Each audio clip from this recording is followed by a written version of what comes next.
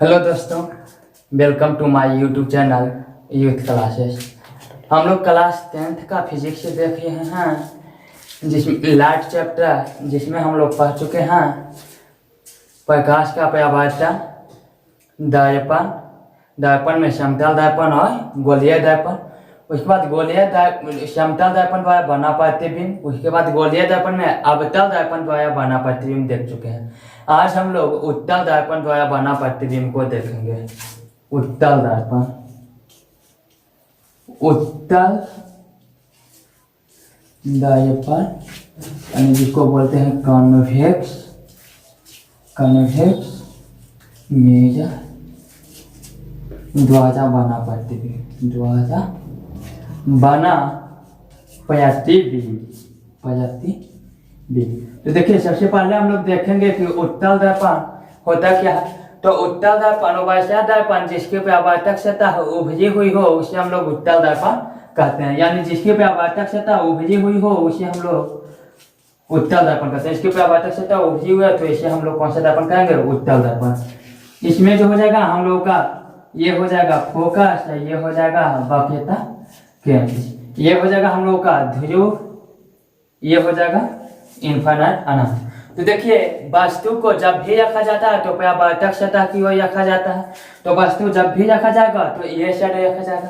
तो यहाँ पे बस दो ही केस उत्पन्न होता है। पहला तो कि ध्रुव और अनंत के बीच, और सेकंड केस होता है जब अनंत पे रखेंगे तो देखिए, जब पहला स्थिति हम लेके चलते हैं कब?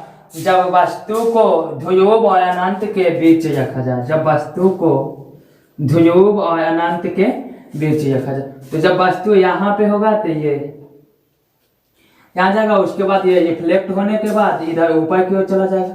लेकिन ये हमको लगेगा कि ये कहाँ से आया है? फोकस से।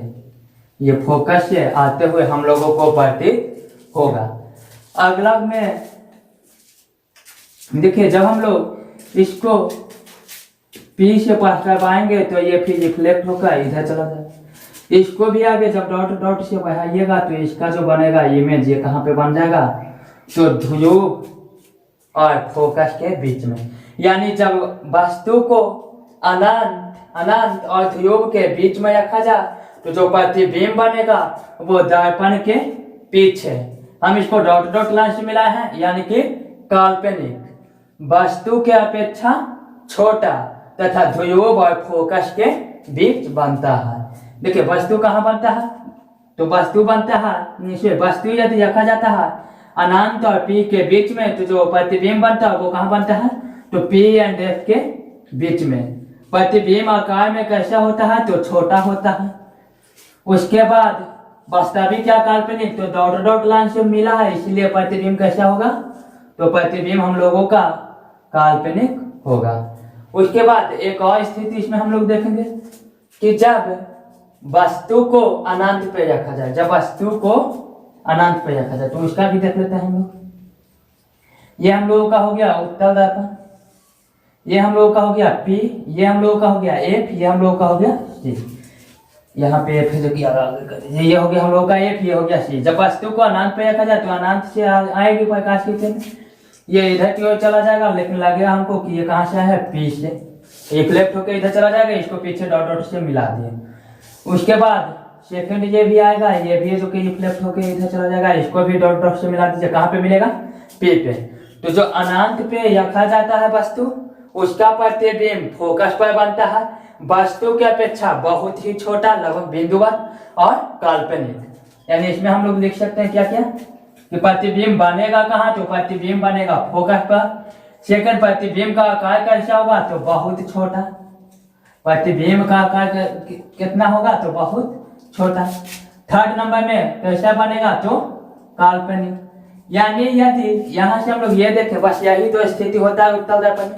यानी इसमें हम लोग ये देखे हैं कि उत्तल दर्पण में वस्तु को कहीं भी रखा जाए, उत्तल दर्पण के सामने यदि वस्तु को कहीं भी रखा जाए तो जो उसका प्रतिबिंब बनेगा वो वस्तु से छोटा, काल्पनिक तथा दर्पण के पीछे ही बनेगा। जो प्रतिबिंब बनेगा वस्तु से छोटा बनेगा, काल्पनिक बनेगा और दर्पण के पीछे बनेगा। लेकिन अवतल दर्पण में हम लोग देखे थे कि प्रतिबिंब सभी प्रकार का वस्तु से छोटा, बड़ा, काल्पनिक, वास्तविक, सीधा, उल्टा सभी प्रकार का बनता है। लेकिन इसमें एक और चौथा पॉइंट यहाँ पे लिख दीजिए कि इसमें जो प्रतिबिंब है वो कैसा है, तो सीधा है। प्रतिबिंब कैसा है, सीधा है। यहाँ पे भी देखिएगा तो प्रतिबिंब कैसा हम लोग का बनेगा, सीधा ही बनेगा। प्रतिबिंब कैसा बनेगा, सीधा। अब आगे हम लोग देखेंगे दर्पण का उपयोग, समतल दर्पण, उत्तल दर्पण और अवतल दर्पण का उपयोग। देखिए अब हम लोग देखेंगे समतल दर्पण का उपयोग। समतल दर्पण का उपयोग, इसको प्लेन मिरर बोला जाता है, प्लेन मिरर का उपयोग। देखिए इसका जो है पहला उपयोग हम लोग जानते हैं समतल दर्पण का होता है सजावटी में। सजावटी में, सजावटी में कहने का मतलब कि जैसे गोदरेज जैसा में होता है। सेकंड नंबर में हम लोग देखेंगे इसका उपयोग किया जाता है चेहरा देखने में। चेहरा देखने में इसका सेकंड उपयोग होता है कहाँ पे, चेहरा देखने में। क्योंकि जो समतल दर्पण में जो प्रतिबिंब बनता है वो वस्तु के साइज का बनता है, इस कारण से चेहरा देखने के लिए सबसे उपयुक्त दर्पण हम लोगों का कौन सा है, तो समतल दर्पण। थर्ड में हम लोग देखेंगे तीखे मोड़ पर। तीखे मोड़ पर, तीखे मोड़ पर कहने का मतलब क्या हुआ कि जैसे मान लिया जाए कि ये एक हम लोगों का सड़क है, एक ये है, दोनों यदि 90 डिग्री पर है, तो इधर से यदि कोई बाइक आएगी या कोई गाड़ी आएगी या इधर से भी कोई गाड़ी आएगी, तो ये साइड वाला को ये वाला नहीं दिखेगा, ये साइड वाला को ये वाला नहीं दिखेगा, तो यहाँ पे एक्सीडेंट होने का चांस होगा। तो यहाँ पे इधर वाला को ये वाला दिखने के लिए, इसको देखने के लिए कोने पर एक जो है हम लोग किसका उपयोग करते हैं, समतल दर्पण का उपयोग करते हैं। यानी तीखे मोड़ पर हम लोग किसका उपयोग करते हैं, समतल दर्पण का उपयोग करते हैं। तो समतल दर्पण के उपयोग में बस इतना ही है। देखिए अब हम लोग देखेंगे अवतल दर्पण का उपयोग। अवतल दर्पण का उपयोग। अवतल दर्पण कहने का मतलब concave mirror. Concave mirror, concave mirror का यूज अब हम लोग देखेंगे। इसका जो है सबसे पहला उपयोग है दाढ़ी बनाने में। दाढ़ी बनाने में, यानी कि इसको कहीं कहीं लिखा जाता है सैलून में। सैलून में, सैलून में दाढ़ी बनाने में इसका उपयोग इसलिए किया जाता है क्योंकि अवतल दर्पण का एक गुण है कि यदि वस्तु को ध्रुव और फोकस के बीच में रखा जाए, जब वस्तु को ध्रुव और फोकस के बीच में रखा जाए तो जो इसका प्रतिबिंब होता है दर्पण के पीछे वस्तु की अपेक्षा बाया सीधा, यानी कि जो वस्तु छोटा होता है उसको क्या कर देता है, बाया कर देता है, और वो सीधा भी आता है। इसके कारण जो छोटा छोटा भी दाढ़ी होता है वो भी हमको क्या, बाया दिखाई देता है। इसलिए दाढ़ी बनाने में सैलून में जो है हम लोग इसका अवतल दर्पण का उपयोग करते हैं। अगला हम लोग देखेंगे second number, solar cooker. Solar cooker, देखिए सोलर कुकर में इसका उपयोग इसलिए किया जाता है क्योंकि जो अवतल दर्पण है, अवतल दर्पण अनंत से आ रहे प्रकाश के किरणों को क्या करता है, एक बिंदु पे अभिसारित कर देता है। अनंत से आ रहे प्रकाश के किरणों को क्या करता है, एक बिंदु पे अभिसारित करता है। इस कारण से जितना भी ऊष्मा होता है, जितना भी सूर्य के प्रकाश में जो ऊष्मा होता है उसको एक बिंदु पे फोकसित कर देता है। इसी कारण से सोलर कुकर में किसका उपयोग किया जाता है, अवतल दर्पण का उपयोग किया जाता है। थर्ड नंबर देखेंगे सोलर भट्ठी में। सोलर भट्ठी में, सोलर भट्ठी में भी इसका उपयोग किया जाता है। चौथा दांत चिकित्सक में, दांत चिकित्सक में, दांत चिकित्सक में।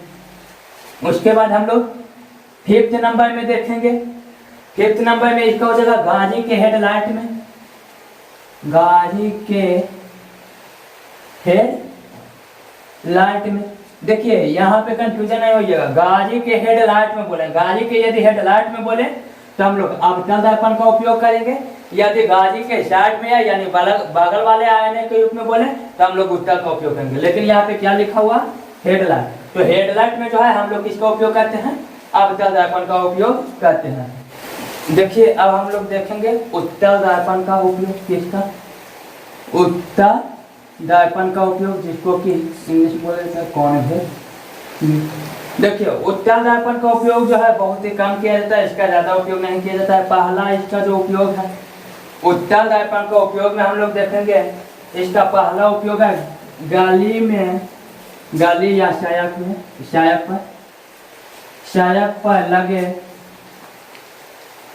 खंभों वाली लाइट में, खंभों वाली लाइट में, गाली या शायक पर लगे खंभों वाली लाइट में हम लोग किसका उपयोग करते हैं, तो उत्तल दर्पण का उपयोग करते हैं। हम लोग सेकंड नंबर में देखेंगे गाजी के साइड में जाएंगे, गाजी के साइड में जाएंगे। साइड में कहने का मतलब जैसे हम लोग मोटरसाइकिल ही देखते हैं, मोटरसाइकिल के बगल में जो आईना लगा हुआ जाता है वो हम लोगों का कैसे होता है, उत्तल होता है। क्वेश्चन ये भी पूछता है कि गाजी के साइड मिरर में हम लोग उत्तल दर्पण का उपयोग क्यों करते हैं, तो उत्तल दर्पण जो है बहुत ही अधिक दूरी के प्रतिबिंब को बहुत कम दूरी में दिखा देता है। भले ही जो प्रतिबिंब का साइज होता है वो वस्तु के तुलना में छोटा होता है, लेकिन हमको एप्रोक्सीमेट पता चल जाता है कि इतना आदमी था पीछे। उसके बाद थर्ड नंबर,